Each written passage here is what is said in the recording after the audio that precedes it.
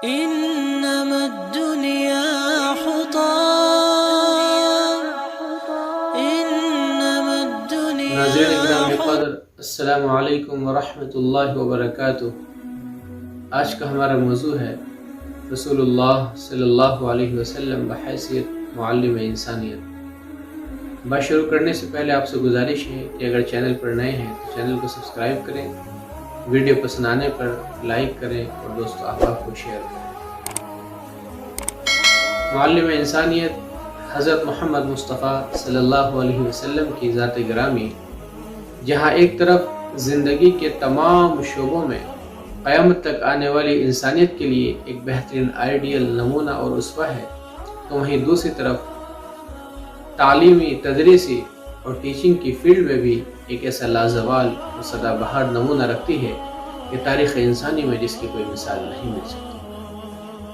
کیونکہ آپ نے معلمی اور مدرسی کے ایسے درخشندہ اور تابندہ اصول و نقوش چھوڑے ہیں کہ جن سے دنیا کا ہر معلم مکمل رہنمائی حاصل کر سکتا ہے اور اپنے ٹیچنگ میں 4 چاند ہی نہیں بلکہ درجنوں چاند لگا سکتا ہے۔ تعلیمی اور تدریسی میدان میں آج تک جتنی بھی ترقیاں ہوئی ہیں وہ سب کے سب بالواسطہ یا بلا واسطہ آپ ہی کی تعلیمات و ہدایات سے ماخوذ ہیں۔ ایک بہترین معلم کے اندر جتنی خوبیاں اور جتنی اچھائیاں اور جتنے ملکات اور جتنی قابلیت اور جتنی لیاقت اور جتنی جاذبیت اور جتنا اٹریکشن اور جتنی گرویدگی ہونی چاہیے وہ سب کے سب اللہ کے نبی صلی اللہ علیہ وسلم نے آپ کی ذات کے اندر ودیعت فرمائی تھی۔ ایک بہترین معلم کے لیے ضروری ہے کہ وہ ذوق سلیم رکھتا ہو، وہ اخلاق حسنہ کا حامل ہو، شفقت و محبت، رحم و کرم، عفو و درگزر، دلداری اور دل نوازی، حسن اخلاق اور حسن سلوک جیسی صفات کا وہ حامل ہو۔ اسی کے ساتھ ساتھ صبر و تحمل اور شکیبائی اس کی فطرت بن گئی ہو، اور وہ طالب علموں کی صلاحیت اور ان کی استعداد کو مد نظر رکھتا ہو، ان کے حالات و کیفیات سے اچھی طرح واقف ہو اور ان کے مزاجوں میں رونما ہونے والی تبدیلیوں کا نوٹس لیتا ہو اور ان کو معلوم سے غیر معلوم کی طرف، محسوس سے غیر محسوس کی طرف اور آسان سے مشکل کی طرف بتدریج لے جانے کا فن بھی جانتا ہے، اور ان کو قلم کے ذریعے، زبان کے ذریعے، ان کو اپنی حرکات اور جنبش کے ذریعے بھی علم سکھاتا ہو۔ اس کے اندر للہیت ہو، خلوص ہو، خوف ہو، تقوی ہو، اور ہر ایک کی محبت اس کے رگ و ریشے میں سمائی ہوئی ہو۔ یہ وہ صفات ہیں کہ جو ایک معلم کی ذات کے اندر اور اس کے تدریس کے اندر نکھار پیدا کرتی ہیں، جاذبیت پیدا کرتی ہیں، اور یہ ساری کی ساری چیزیں اللہ کے نبی صلی اللہ علیہ وسلم کے اندر موجود تھیں۔ چنانچہ شیخ عبدالفتاح ابو غدہ رحمۃ اللہ علیہ نے اپنی کتاب الرسول المعلم و اسالیبہ فی التعلیم میں لکھا ہے کہ دراصل کار نبوت تعلیم و تربیت ہی کا دوسرا نام ہے، کیونکہ اللہ کے نبی صلی اللہ علیہ وسلم کی جو بنیادی ذمہ داریاں تھیں، یعنی قرآن مجید کی آیت پڑھ کر سنانا، اسی طرح نفوس اور قلوب کا تزکیہ کرنا، کتاب کی تعلیم دینا، حکمت و دانائی کی باتیں سکھانا، یہ ساری کی ساری چیزیں تعلیم کے ہی ارد گرد ہوتی ہیں۔ اور پھر خود اللہ کے نبی صلی اللہ علیہ وسلم نے اپنے بارے میں فرمایا کہ انما بعثت معلما، کہ مجھے معلم بنا کر بھیجا گیا ہے۔ ایک موقع پر آپ نے یہ بھی فرمایا ان اللہ لم یبعثنی معنتا ولا متعنتا ولم یبعثنی معلما میسرا، کہ اللہ نے مجھے اس لیے مبعوث نہیں فرمایا کہ میں لوگوں کے لیے مشکلات پیدا کروں یا یہ چاہوں کہ وہ مشکلات میں مبتلا ہو جائیں، بلکہ اللہ نے تو مجھے آسانی پیدا کرنے والا معلم بنا کر بھیجا ہے۔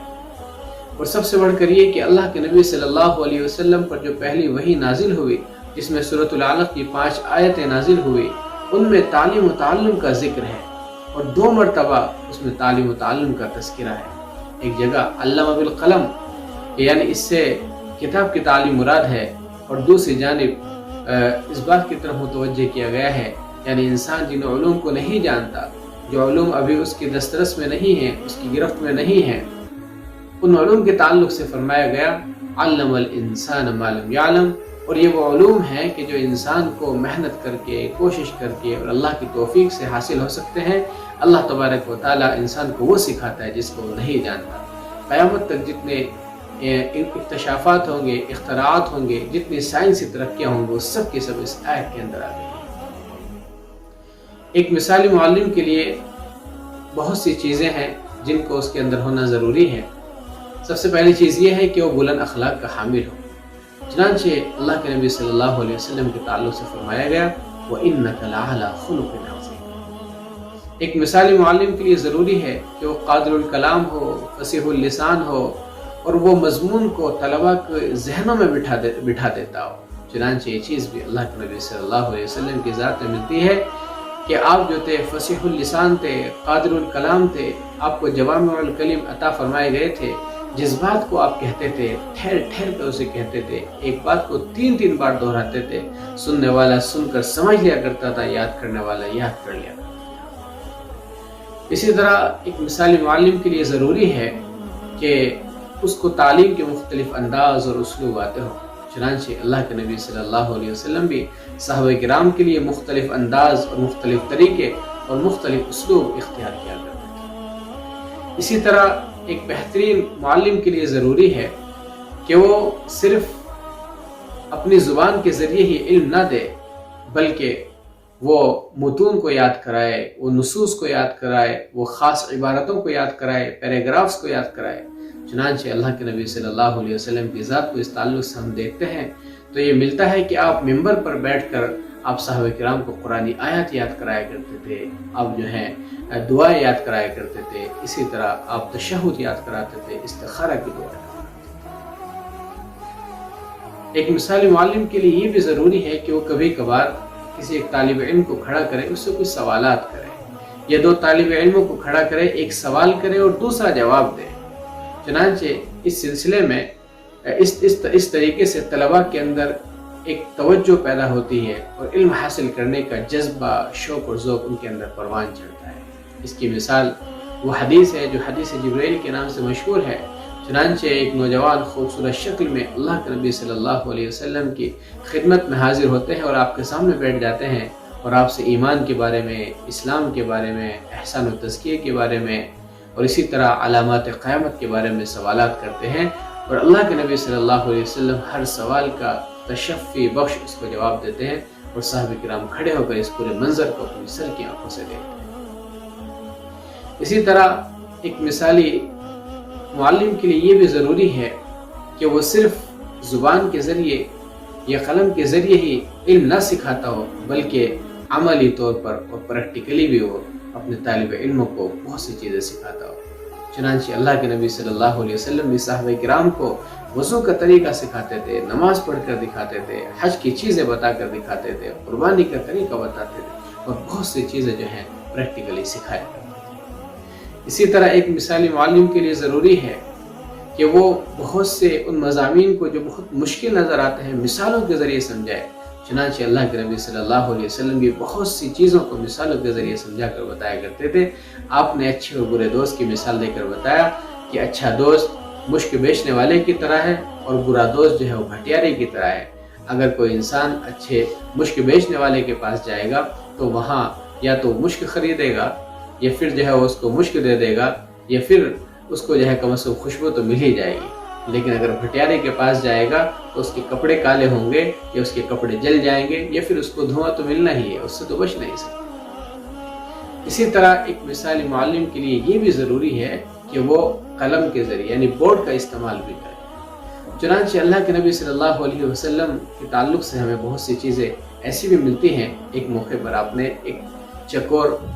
لائن کھینچی، آپ نے ایک خانہ بنایا چکور، اس میں ایک لائن کھینچی اور اس کے اوپر چھوٹی لائنیں کھینچی اور نیچے بھی لائنیں کھینچی، پھر اس کے باہر ایک لائن کھینچی۔ صحابہ کرام سے کہا کہ آپ جانتے ہوئے کیا ہے؟ صحابہ کرام نے کہا اللہ کے نبی ہم تو اس کے بارے میں نہیں جانتے، اللہ اور اس کے رسول ہی زیادہ جانتے ہیں۔ اس کے بعد اللہ کے نبی صلی اللہ علیہ وسلم نے فرمایا کہ دیکھو یہ جو چکور خانہ ہے اور اس کے بیچ میں جو یہ لائن ہے، اس کے اوپر جو چھوٹی لائنیں ہیں، یہ بیچ کی جو لائن ہے یہ گویا کہ یہ اس سے مراد انسان ہے، اور اس کے اوپر کی جو لائن ہے یہ وہ عوارض ہیں کہ جو انسان کو زندگی میں پیش آئیں گے، ایک سے بچے گا دوسرا اس کو اگر پکڑ لے گا۔ اسی طرح ایک باہر اس چکور خانے کے باہر لکیر کھینچی اور پھر پوچھا کہ دیکھو یہ جو گول چکور خانہ ہے یہ انسان کی مدت ہے، انسان کی یہ عمر ہے، اور اس کے جو باہر کی طرف یہ لائن ہے یہ انسان کی آرزویں اور امیدیں ہیں۔ تو ناظرین گرامی، اللہ کے نبی صلی اللہ علیہ وسلم نے تعلیم کے تعلق سے جو اصول بتائے ہیں اور جو ہدایات دنیا انسانیت کے سامنے پیش کی ہیں، یہ اس کے چند نمونے تھے جو میں نے آپ کے سامنے ابھی رکھے ہیں۔ ورنہ اگر آپ تلاش کرنا شروع کریں، احادیث مبارکہ کو تلاش کرنا شروع کریں اور ان کو جمع کرنا شروع کریں تو آپ عش کرتے رہ جائیں گے، آپ کی حیرت کی کوئی انتہا نہیں رہے گی۔ بہرحال ناظرین گرامی، اللہ کے نبی صلی اللہ علیہ وسلم کی ذات گرامی پوری دنیا انسانیت کے لیے ایک بہترین آئیڈیل، نمونہ اور اسوہ اور قدوہ ہے۔ دنیا کا کوئی بھی معلم آپ صلی اللہ علیہ وسلم کی ہدایت و تعلیمات کو چھوڑ کر اپنے فن میں کمال حاصل نہیں کر سکتا۔ اگر ہم بھی فن تعلیم و تدریس سے تعلق رکھتے ہیں، محبت رکھتے ہیں، شغف رکھتے ہیں، اس میں قابلیت اور اس میں مہارت حاصل کرنا چاہتے ہیں، تو ہمیں آپ صلی اللہ علیہ وسلم کی ہدایت و تعلیمات کو اپنانا ہوگا اور دنیا انسان کے سامنے علم و عرفان اور شعور و آگہی کی ایمانی، ربانی اور حقیقی روشنی کو ان کے سامنے پیش کرنا ہوگا، اور اس روشنی سے ان کو منور کرنا ہوگا، تب جا کر ہم صحیح معنوں میں معلم کہنے کے حقدار کہلائیں گے۔ اللہ تبارک و تعالی ہم سب کو عمل کی توفیق